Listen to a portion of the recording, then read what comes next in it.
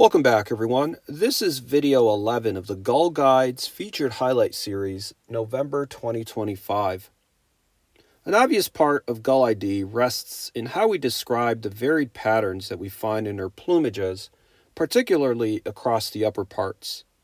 This is not unique to gulls, but it seems to be a heavy weight on gull watchers, especially those beginning to try to familiarize themselves and understand the creative words that we use in the literature.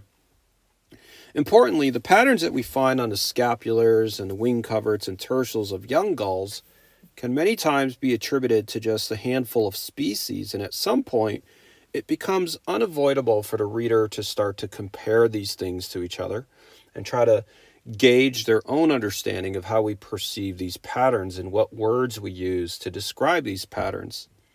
And so, if this is a topic that interests you, the difference between scalloped or barred and the difference between notched and stippled or checkered. This video is specifically for that. I received a request earlier this year asking to clarify some of these terms, and I don't know how well of a job I'll do describing them, but what I'll do is just share my understanding of what these patterns look like with some pretty noticeable examples. And it's my hope that the discussion here helps clarify at least how some of this terminology is used throughout the text and captions in the Gull Guide. And so I'm going to begin with some juveniles and then eventually towards the end of the video work my way into some larger, older subadult white-headed gulls. So let's start with this lesser black-backed gull, photographed in the Netherlands in August. This is plate 24-1. Overall, this bird shows some pretty dark centers, plain patterning all across the upper parts with some prominent pale edging. And the look that this bird has is what we often describe as scalloped. And so scalloped is something that you'll often see in not just a lot of these young gulls, but also some of the younger shorebirds as well. Now, in contrast to that lesser black-backed gull, here's another August bird, but this time an American herring gull in plate 27 found on Lake Michigan. This bird is showing some deep notches, and so we call this pattern notched or a holly leaf pattern, and it's often found in a lot of American herring gulls. They don't all show it, many of them do, but other species show it as well. And another interesting feature in this slide is what the greater coverts look like on this bird. This is not a particularly common looking greater coverts track on this bird. It's very pale with just some barring or checkering. We assume this bird hatched on the Great Lakes. It's mid-August, and there's no reason to believe this is anything other than a bird from the local American herring gull population. In 23B3, I have an Azores gull. This is a subspecies of yellow-legged gull found on the Azores, and oftentimes this taxon is compared to lesser black-backed gull. And I'm sure if it was seen anywhere throughout the Atlantic and North America, it would probably be written off as a lesser black-backed gull. There are some subtle differences, specifically in the tail and some patterns that we're seeing on the flanks, and that's discussed at length in the Azores gull account in the Gull Guide. But what I want to point out here is this is a typical uniformly plain dark wing panel. The entire wing panel looks uniform. And although this bird may have had some pale edging across the upper parts, 5-6 months prior, it looks like a lot of that has given way to some wear. Here's a pale American herring gull. It's giving Nelson's gull vibes. It's very pale and starting to show a bicolored bill, which is not unusual in American herring gull. But notice the blackish primaries, the blackish upper tail pattern, and the dark tertials and dark bases to the greater coverts.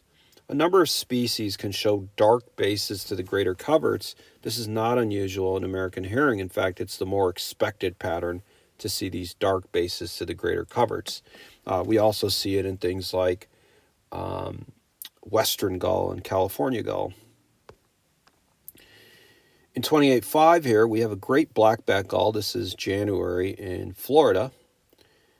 The overall white ground color, the peppered look to this bird is very common in first and second cycle great black-backed gull.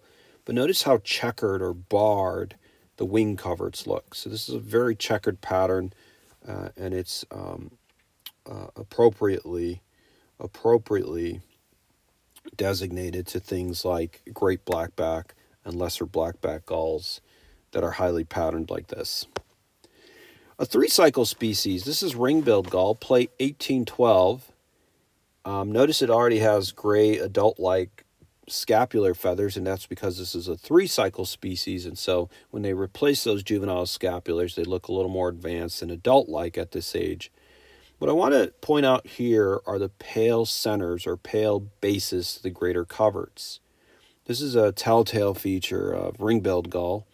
We also see it in other things like some short-billed and common gulls and even Kamchatka gulls.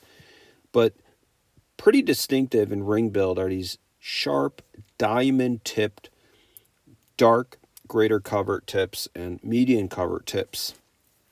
So let's circle those here. These and these here.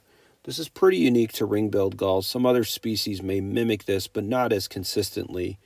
And when I say other species, I mean three-cycle species, such as common and short-billed gull. Now, as for a four-cycle species that shows these dark diamond tips, we have slaty-back gull that consistently shows this. Slaty-back gull showing these pale centers, these pale bases to the wing coverts with dark diamond tips. So you see those here on the greater coverts, the median coverts, and several successive rows of the lesser and marginal coverts will show these dark tips. Here's a first cycle slaty-back gull that was just sent to me a couple days ago by my friend Keith Leonard from Hokkaido. It is also showing pale bases to the wing coverts, especially the inner wing coverts here. These median coverts and lesser coverts are showing pale bases with dark diamond tips. Now, a common pattern is to have dark bases to the greater coverts, and then this, let me use a different color here.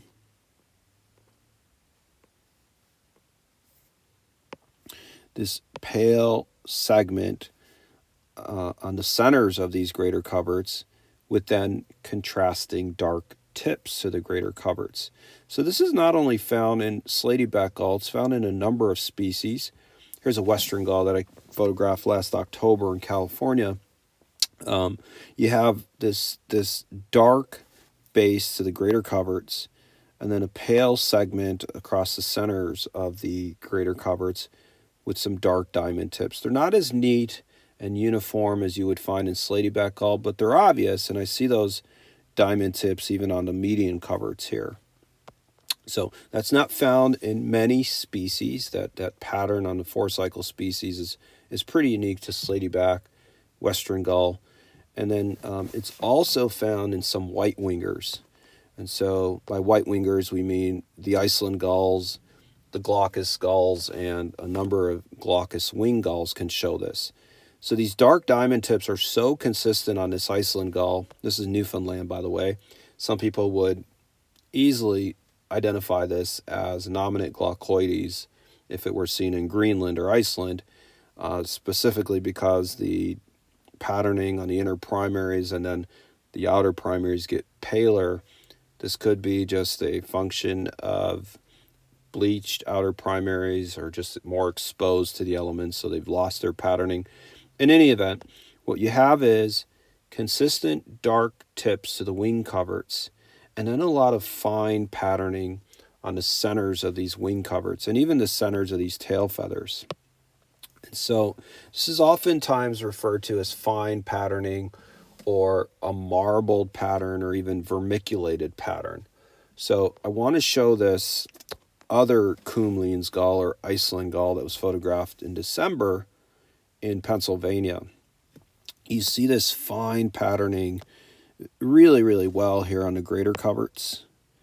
And then you see it also on some of these tail feathers and even across the rump and scapulars. And so this fine patterning is almost always found in Iceland gulls to some extent. But interestingly, what you also have is something like ring-billed gull can show some of this fine patterning. This is often described as marbling on the tail feathers. And so if you ask me, how do we know this is a ring-billed gull? The narrow tail band, the gray feathers already on the scapulars, the gray centers on the greater coverts, the dark diamond tips on the median and greater coverts. But the point not to miss here is that the marbling is found on the tail feathers of this bird and not on the wing coverts or primaries. All right, an older bird. This is a European herring gull, again, photographed by Mars in the Netherlands. Plate 2128. This is a fun one to age. It has a pretty delayed greater coverts tract, but obviously the inner primaries with these gray centers and white tips, and the inner secondaries with the gray centers and white tips, these are clearly third generation like feathers. The pattern on the greater coverts, dense vermiculations, or very finely patterned, a dense fine pattern, especially on the innermost greater coverts here. So is this unique to European herring gull? I think that's how this whole video began, is looking at this pattern in particular. These vermiculations, or this fine patterning, is just one of several features that we're seeing on this bird. If you look at this American herring gull from plate 2042, it too is showing some fine patterning, these vermiculations on the greater coverts. And so it's not unique to European herring. Sometimes it's more consistent, and if you find it throughout several rows of coverts along with some other features, you might be able to start to make a case. But overall, with rare subadult European herrings on the other side of the Atlantic, this is a very, very difficult ID. And the overlap is so prominent. One other thing that you might be able to work with on this European herring gull is if it showed darker gray upper parts. Now, that's not so noticeable in third cycle types because the brown that we're seeing on these older feathers underlying the gray hair, it may exaggerate this darker gray look. And so this mixture of brown and gray makes for a darker gray appearance.